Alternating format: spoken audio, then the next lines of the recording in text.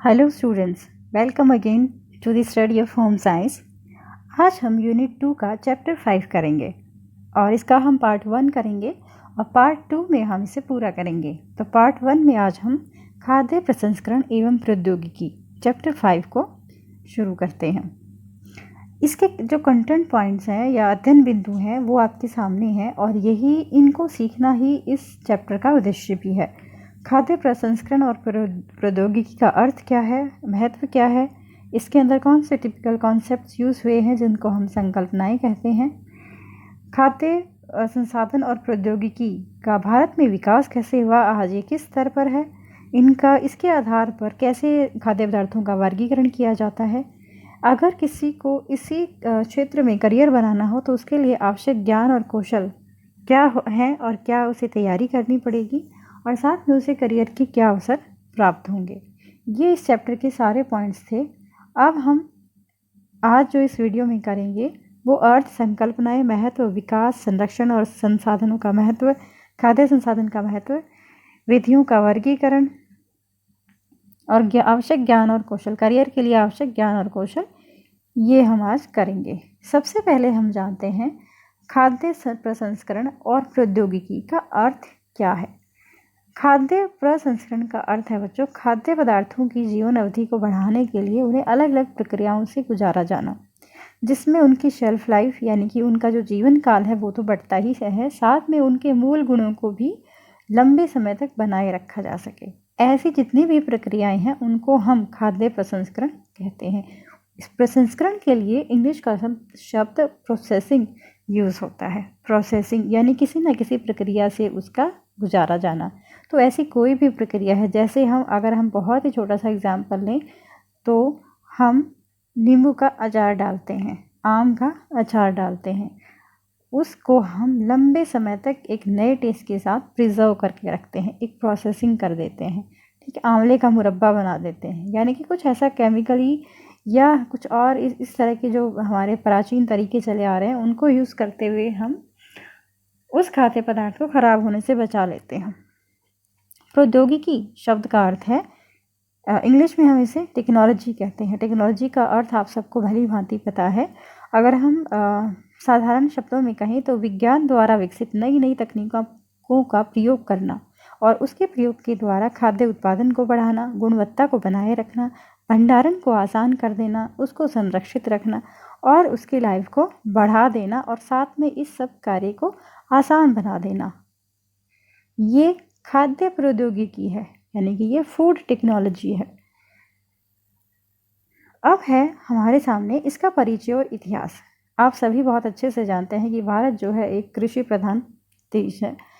हमारे यहाँ जब ग्रीन रेवोल्यूशन आई, हरित क्रांति जब से आई है, तब से हमारे यहाँ पे जो फसलों का उत्पादन है वो काफ़ी बढ़ गया, यानी जितनी हमारी ज़रूरत थी उससे ज़्यादा हम उत्पादन करते हैं।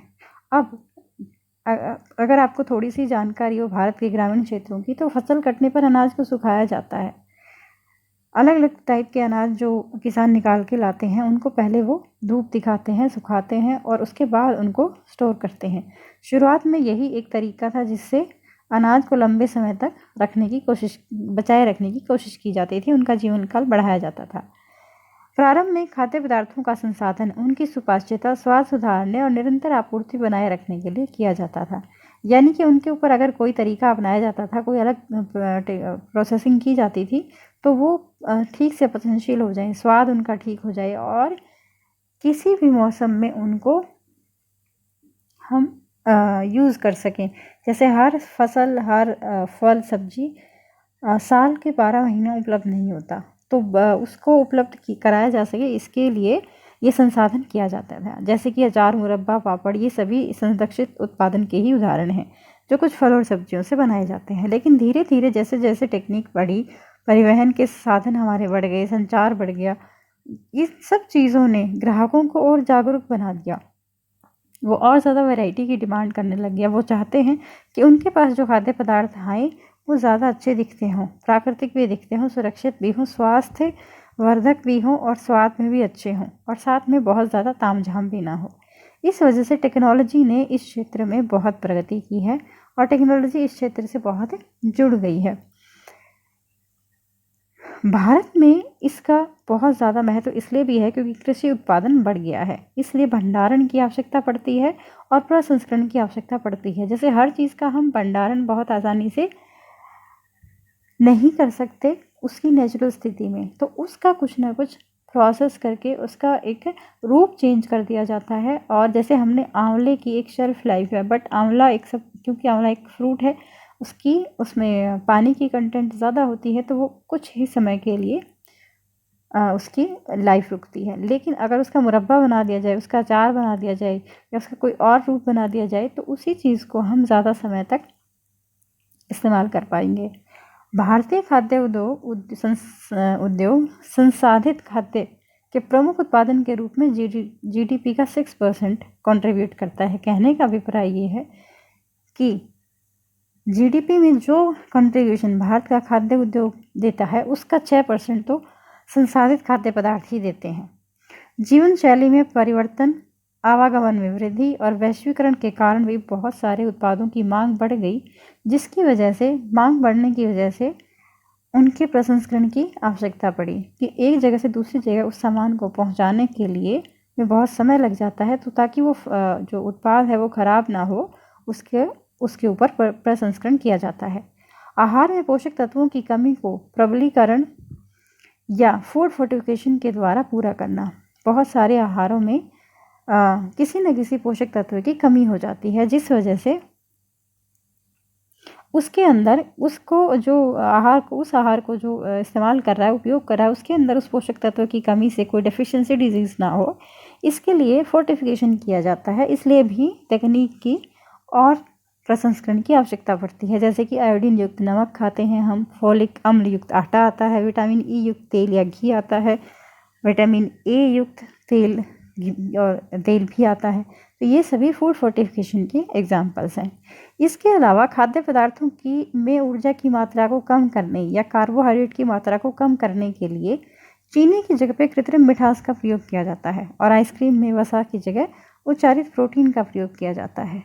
यानी कि जैसी मार्केट में डिमांड आई, जैसे किसी को मधुमेह है यानी कि डायबिटीज़ है और उसे कुछ मीठा खाना है, तो साधारणतः उसको हम अगर मीठा देंगे, शुगर देंगे, क्योंकि वो सिंपल कार्बोहाइड्रेट है, तो उस वजह से वो उसके लिए थोड़ी ख़राब हो सकती है। तो उस चीज़ से हटने के लिए, उससे बचाने के लिए जो स्वीट्स बनाए जाते हैं उनके अंदर चीनी की जगह पे कृत्रिम मिठास का उपयोग किया जाता है, ताकि वो उसके लिए भी वो मिठास का आनंद भी ले सके और उसे हानिकारक भी ना हो।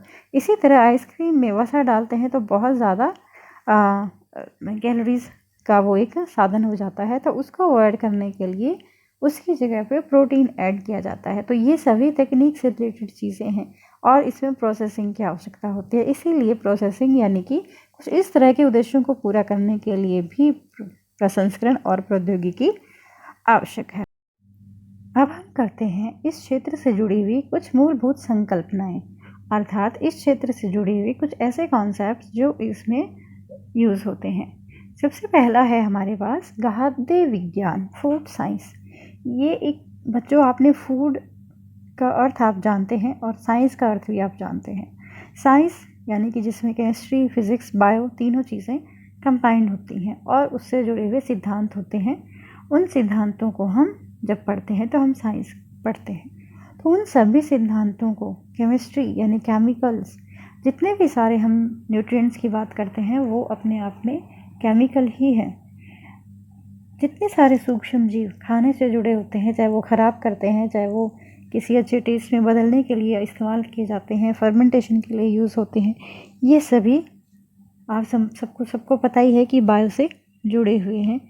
इसके अलावा फिज़िक्स के नियम, कृषि विज्ञान, पाक कला, ये सभी साइंस के अनुप्रयोगों से विकसित हुए हैं। फसल काटने से, बोने से लेकर काटने तक और पकाने से लेकर खाने तक सभी तकनीकी पहलू को हम फूड साइंस में पढ़ते हैं। ये खाद्य वैज्ञानिक खाद्य के भौतिक रासायनिक पहलुओं से संबंध रखते हैं और वे हमें खाद्य पदार्थों की प्रकृति और गुणों को समझने में मदद करते हैं। यानी कि जो फूड साइंटिस्ट हैं हमारे, वो हमें साइंस से जुड़े अनुप्रयोग करते हैं और हमें हमारे खाने से जुड़ी हुई बहुत सारी चीज़ों के सिद्धांत बताते हैं। अगला है खाद्य संसाधन। खाद्य संसाधन ये ऐसी विधियों और तकनीकों का समूह है जो कच्ची सामग्री को तैयार या आधे तैयार उत्पाद में बदल देता है। खाद्य पदार्थों को आकर्षक, विपणन योग्य और अक्सर लंबे सुरक्षा काल वाले खाद्य उत्पादों में बदल देता है। कहने का अभिप्राय ये है कि वो सारी टेक्निक्स, वो सारी प्रक्रियाएं जो खाद्य पदार्थों को रेडीमेड फूड या ऐसे पदार्थ में बदल दें जो 90% रेडी हो गया हो और देखने में सुंदर लगता हो, आराम से जिसकी बिक्री हो सके और लंबे समय तक सुरक्षित रह सके, ऐसे खाद्य पदार्थों में जब किसी एक खाद्य पदार्थ को बदल दिया जाता है तो हम कहते हैं यहाँ पे खाद्य संसाधन हुआ है। यानी उस खाद्य पदार्थ को संसाधन किया गया है, यानी प्रोसेसिंग के थ्रू उसका रूप बदल दिया गया है। खाद्य उत्पादन का अर्थ है जैसे जैसे जनसंख्या बढ़ती है और डिमांड करती है, उसकी डिमांड को, फूड टेक्नोलॉजी को यूज़ करते हुए उसकी डिमांड को पूरा कर दिया जाना खाद्य उत्पादन कहलाता है।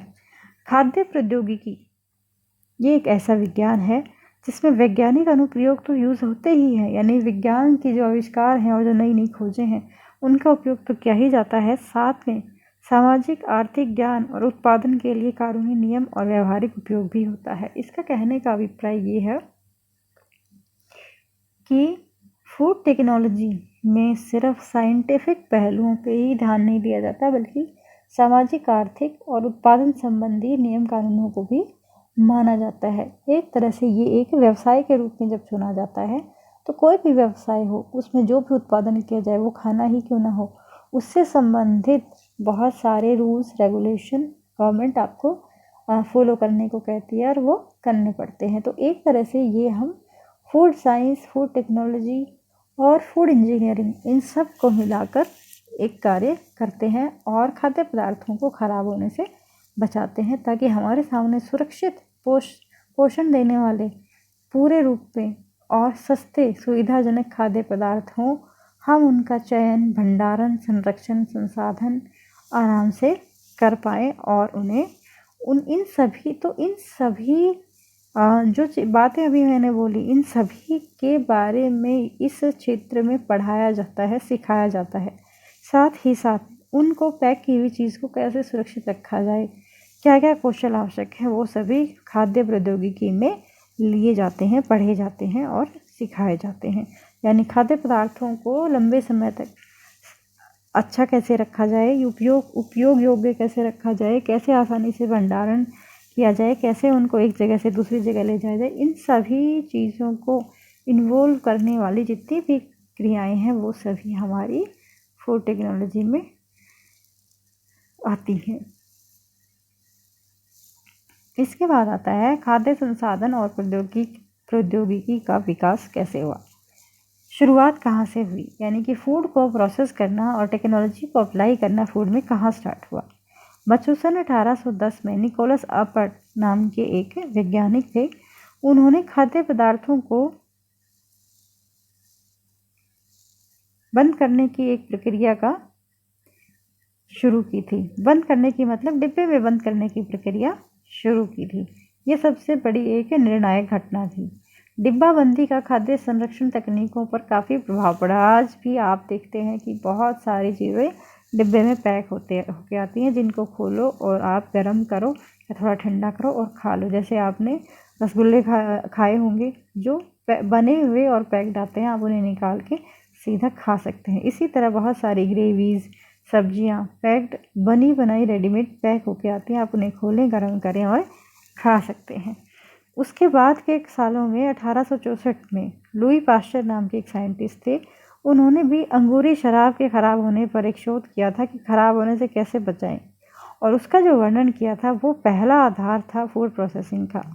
उसने अल्कोहल, सिरका, अंगूरी शराब और बियर के अलावा दूध भी के खट्टा होने पर भी शोध किया था। इसके बाद इन्होंने एक हमें तकनीक दी थी जिसका आज भी बहुत बड़े पैमाने पर इस्तेमाल होता है, वो है पाश्चराइजेशन। हिंदी में पाश्चुरीकरण या निर्जीवीकरण कहते हैं। ये इनके नाम है जो लुई पाश्चर उसके शब्द से ही ये बना हुआ है, पाश्चराइजेशन या निर्जीवीकरण। इसमें बहुत हाई टेम्परेचर पर कम समय के लिए उस खाद्य पदार्थ को गर्म किया जाता है, जिससे उसके अंदर के जीव, सूक्ष्म जीव जो हानिकारक जीव होते हैं, वो नष्ट हो जाते हैं। ये जो फूड प्रोसेसिंग में सबसे इम्पोर्टेंट एक स्टेप था, और जब ये सब होने लगा तो उसके बाद सबसे पहले सेना की आवश्यकता पूरी करने के लिए फूड टेक्नोलॉजी का यूज हुआ सेकेंड वर्ल्ड वॉर में। तो सबसे पहले सेना की आवश्यकताएं, वर्ल्ड वॉर 2 उस टाइम चल रहा था, तो उस टाइम वर्ल्ड वॉर 2 में जो सैनिक गए हुए थे उस पे फ्रंट पे, उन सब की आवश्यकताओं को पूरा करने के लिए इस टेक्नोलॉजी का विकास, इस टेक्नोलॉजी का यूज़ किया गया।